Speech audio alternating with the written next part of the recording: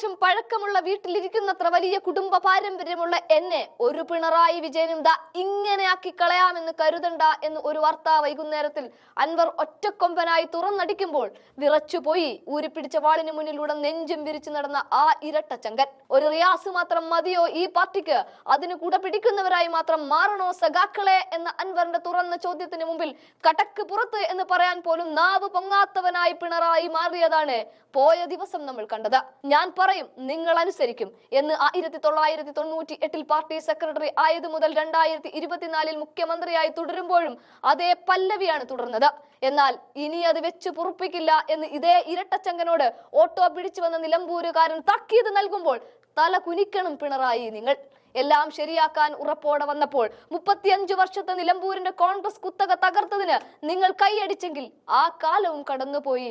ഇനി തലയിൽ മുണ്ടിട്ടോളൂ എന്നേ പറയാനുള്ളൂ.